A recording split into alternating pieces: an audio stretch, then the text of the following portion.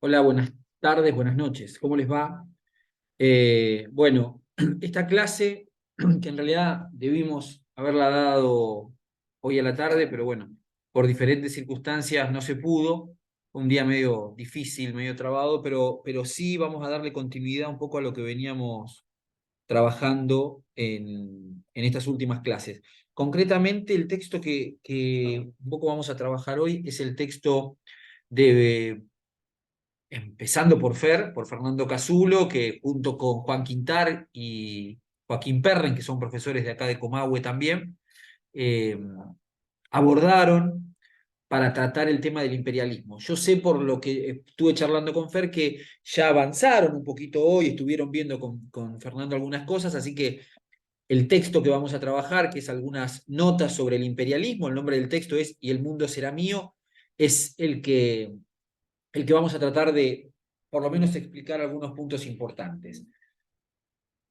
¿Cómo lo organizamos? Sobre todo, digamos, el abordaje del texto, bueno, por lo menos a partir de tres subtítulos o ejes o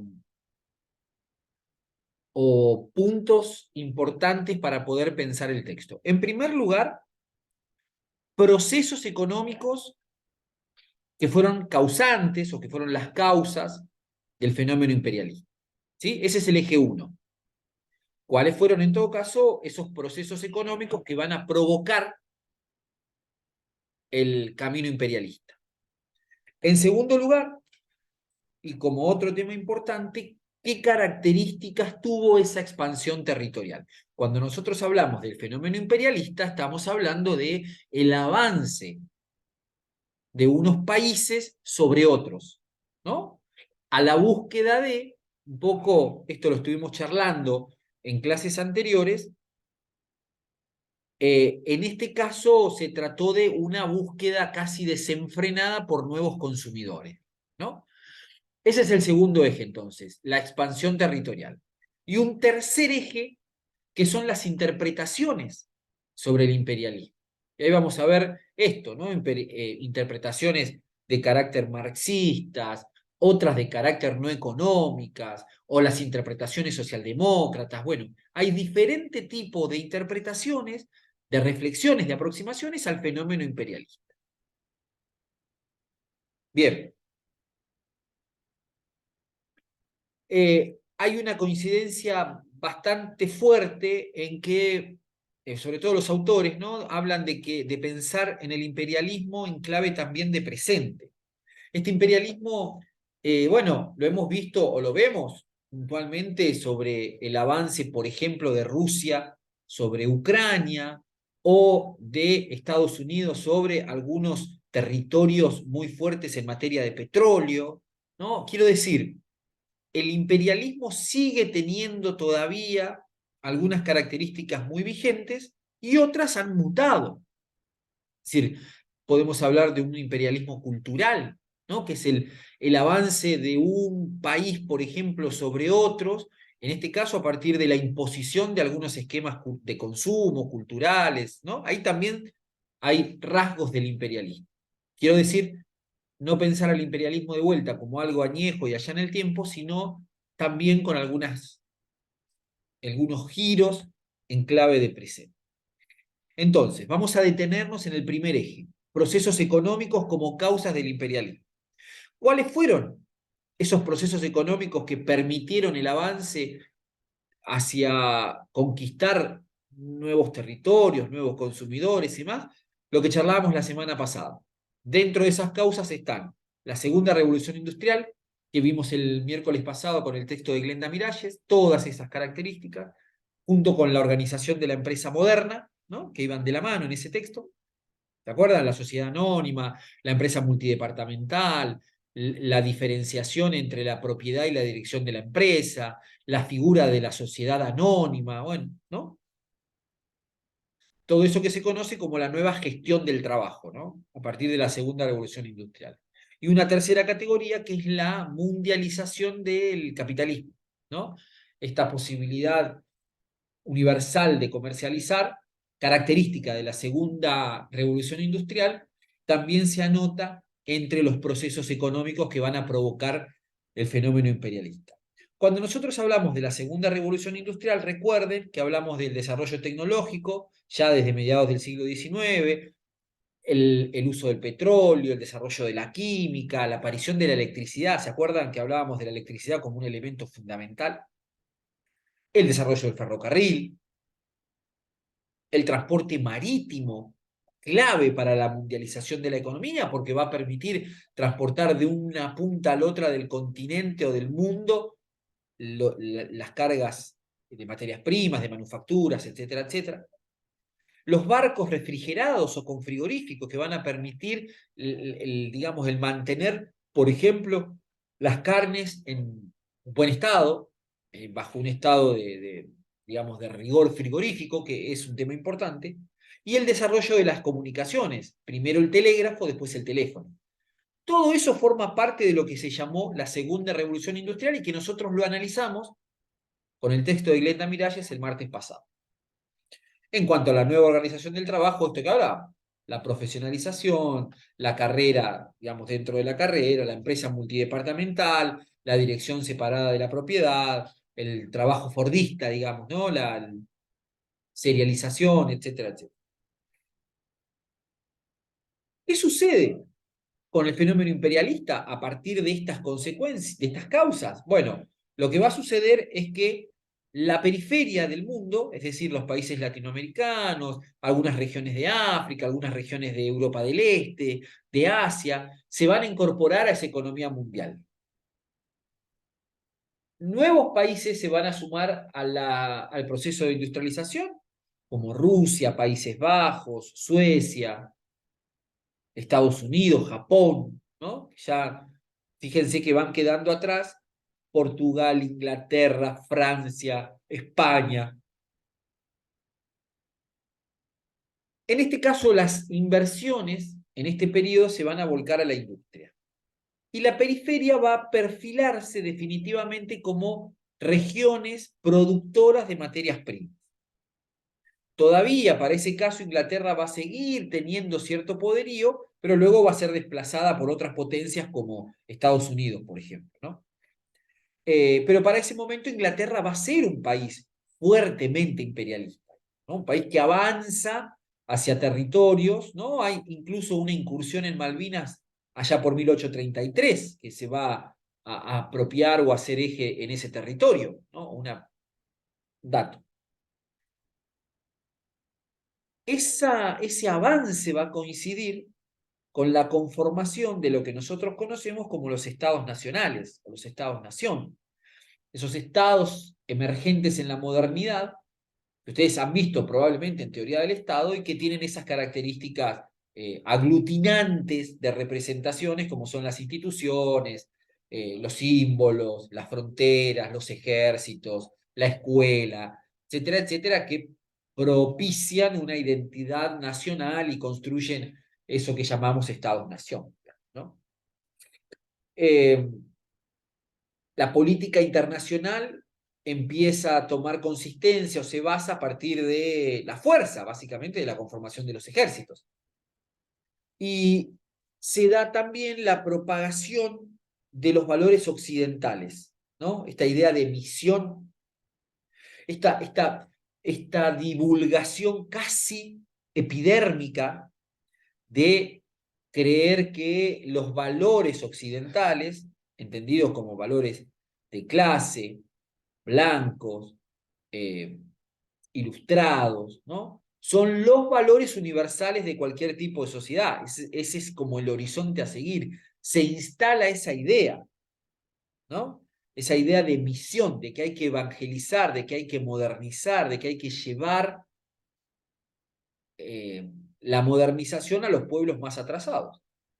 Gran parte de esa idea es la que está, por ejemplo, en la obra de Julio Verne, el francés, ¿no? Si ustedes, estimo que alguno lo ha leído, ¿no? Pero cualquiera de sus novelas, El faro del fin del mundo, 20.000 leguas de viajes submarinos, El país de las pieles, Escuela de Robinsones, bueno, no sé, toda la obra de Julio Verne está atravesada por esta idea de misión, ¿no? En cada una de esas historias hay científicos, gente de la alta sociedad, intelectuales y demás, que emprenden una conquista de un pueblo, de una naturaleza virgen, autóctona, exótica, indomable y demás, y que ahí va la sociedad, entre comillas, a poseerla, ¿no? A domesticarla. Esa es un poco el icono de ese momento histórico que es eso que plantea el imperialismo, ¿no? Ir a relacionarse desde la imposición con otros colectivos, con otros grupos sociales. Eso impregnó las ciencias sociales, que son las que van a crear ese tipo de conocimiento, y esa impregnación se llamó eurocentrismo, ¿no? Es la impronta europea en la forma de conocimiento, entendida esta como la única forma válida, ¿no? La del método científico, la del ver para creer, la de la experimentación, bueno, en fin. Las ciencias sociales, dicen los autores, nacen a la luz de un fuerte o con una fuerte impronta eurocentrista, ¿no? Por eso, esta sensación o este nombre de que siempre estamos en países en vías de desarrollo, países del tercer mundo, países subdesarrollados, ¿no? Como que el horizonte es otro. Son los países blancos, europeos, ilustrados, que son los que marcan el rumbo a estos países que andamos buscando la luz en el medio de la oscuridad. Quiero llevarlos a la página 204 del texto, porque ahí habla claramente del eurocentrismo en las ciencias sociales. Dice, en el último párrafo, el surgimiento de las ciencias sociales se produjo en este contexto de desarrollo económico de la segunda mitad del siglo XIX y su escenario estuvo constituido básicamente por 5 países: Gran Bretaña, Francia, Alemania, Italia y Estados Unidos. De allí su fuerte eurocentrismo que inunda desde que nació a la ciencia social, que por otro lado tiene cierta lógica. Bueno, dice, ese eurocentrismo o colonialismo académico tiene muchos ribetes y no es este el lugar para ahondar en ello. Pero el más sobresaliente de toda esa impronta o esa penetración sea quizás el que hace que veamos al mundo con una especie de anteojeras que hace que nuestra realidad siempre tenga algún tipo de degeneración en la medida que nunca alcanza la experiencia modélica europea, ¿no? Siempre estamos en vías de algo que nunca llegamos. Parecía importante, ¿no? Bueno, esto tiene que ver con, sobre todo, el primer eje, que es cómo ese desarrollo económico representa la causa de ese imperialismo. Pero ese imperialismo después se va a desplegar, y ahí vamos al segundo eje, que es el desarrollo territorial. ¿Qué países y sobre qué países se va a producir el imperialismo? Bueno, lo que antes era una expansión comercial, no estatal, digamos, no era el Estado. Cuando ustedes ven, por ejemplo, que Colón fue el que llegó supónganse acá, América, Colombia o lo que sea, Colón no era el Estado.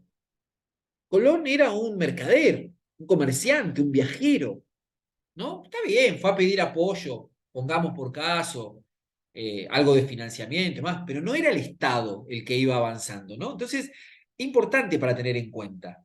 Antes de este, digamos, arranque imperialista que estamos analizando, las otras incursiones europeas no fueron estatales, sino fueron más bien privadas, ¿no? Ahora, entre 1880 y 1914, los países van a buscar, van a intentar conquistar esas regiones que todavía están libres.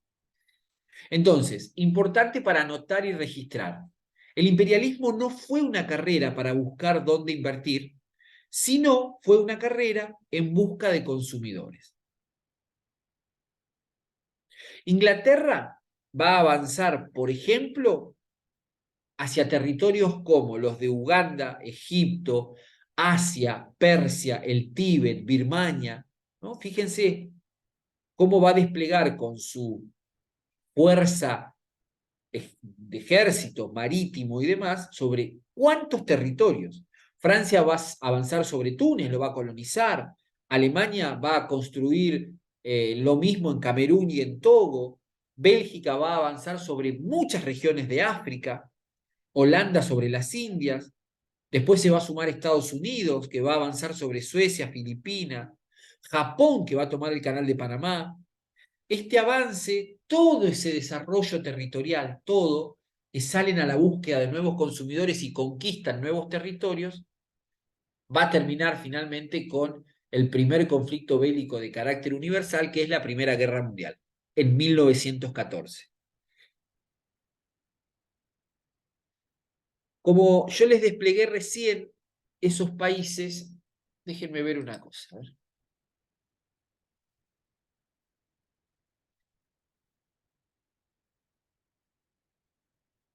Quiero mirar una cosa.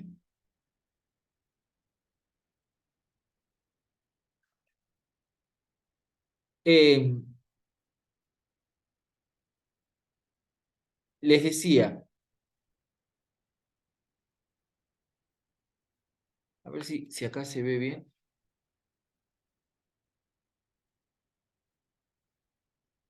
Bueno, no importa, después les vamos a compartir un mapita con todo el desarrollo territorial de los países. Pero esto que les contaba, Inglaterra, repaso rápido, ha sido de vuelta a la página.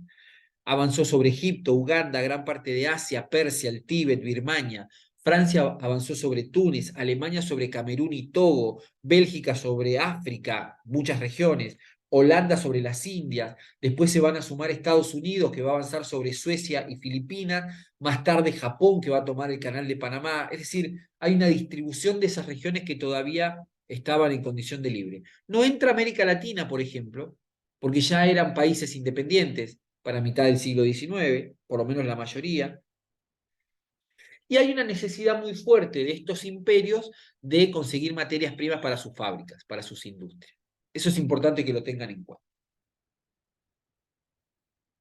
Entonces, en el eje 1 tienen las características de esos procesos económicos que posibilitaron el imperialismo. En el eje 2, lo que hacemos es desplegar qué países fueron los que avanzaron y sobre qué regiones. Por eso ahí tienen todo el detalle de lo que yo les contaba.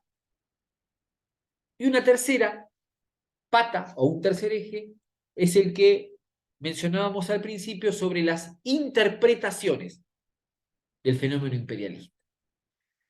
Y tenemos tres para los autores, ¿no? Para Joaquín Perren, para Juan Quintar, para Fer Casulo. Ellos dicen que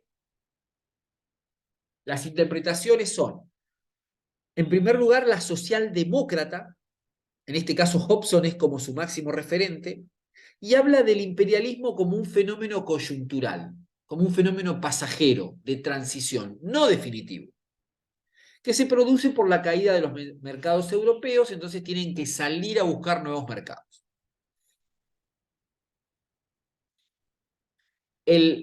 Las interpretaciones socialdemócratas van a buscar un beneficio impositivo que les permita, por ejemplo,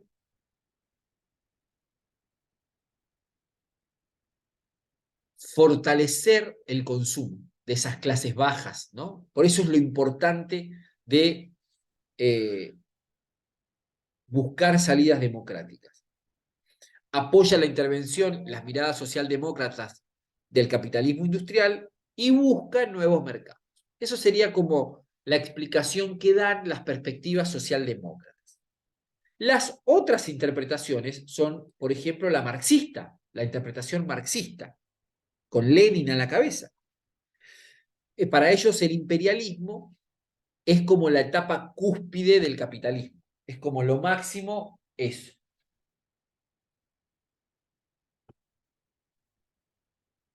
Esa parte, ¿no? En ese caso, fenómenos como la competencia imperialista entre capitalistas, la explotación del hombre sobre el hombre, ¿no? Esta es como una mirada más negativa, si se quiere, porque es la mirada pesimista del materialismo histórico, sobre todo porque habla de la explotación de unos países sobre otros, así como los hombres explotan a otros hombres, dice, el imperialismo nos viene a demostrar que unos países pueden someter a otros, pueden castigarlos. Todo esto, dice Marx, se puede revertir gracias a la capacidad de rebelión que tiene el hombre. Puntualmente está pensando en la revolución, Marx, ¿no? Y dice Marx que el capitalismo necesita de las periferias para poder sobrevivir. Las necesita. Otro tipo de interpretaciones, las no económicas, explican o dicen que el imperialismo obedece a otras variables. El imperialismo, el avance de unos países sobre otros, no tienen condimentos puramente económicos, sino más bien políticos. Hablan de nacionalismo, de positivismo, de darwinismo social, de cultura burguesa. Estas causas provocaron el racismo, las guerras y el imperialismo. Sin embargo, el autor sostiene que se debe pensar el imperialismo desde varias variables económicas. Es decir, para poder entender esas salidas es importante pensar en algunas variables que nos ayuden a armar estos cabos. Entonces, repasando. El fenómeno imperialista, mitad del siglo XIX, el fenómeno imperialista se apoya en el texto de Perren, de Fernando Casulo y de Juan Quintar en tres grandes ejes. El primero son las causas del imperialismo, que los autores la atan a procesos económicos. Entonces vamos a desarrollar esos procesos económicos, a leerlos, etcétera, etcétera, para poder comprender esas causas. Después nos preguntamos, ¿cuáles son esos países que se vieron afectados? Pueden ir a verlo a un mapa, que están disponibles millones en Google, o si no, contarlo, ¿no? Básicamente, esto que les decía, Inglaterra avanza sobre tales territorios, cuáles avanza Estados Unidos, cuáles avanza Japón, cuáles avanza Holanda, bueno, cada región o cada país va a avanzar sobre otros. Esas son como el segundo eje que se llama expansión territorial. Y el tercer eje, que es el que hablábamos recién, son las interpretaciones sobre el imperialismo. Una interpretación socialdemócrata, una interpretación marxista, con Lenin a la cabeza, y una interpretación no marxista. Bueno, básicamente me parece que es muy sencillo el texto. El texto se llama Y el mundo será mío, y lo pueden leer con esta facilidad con la que estamos abordando, porque es así, es bastante sencillo.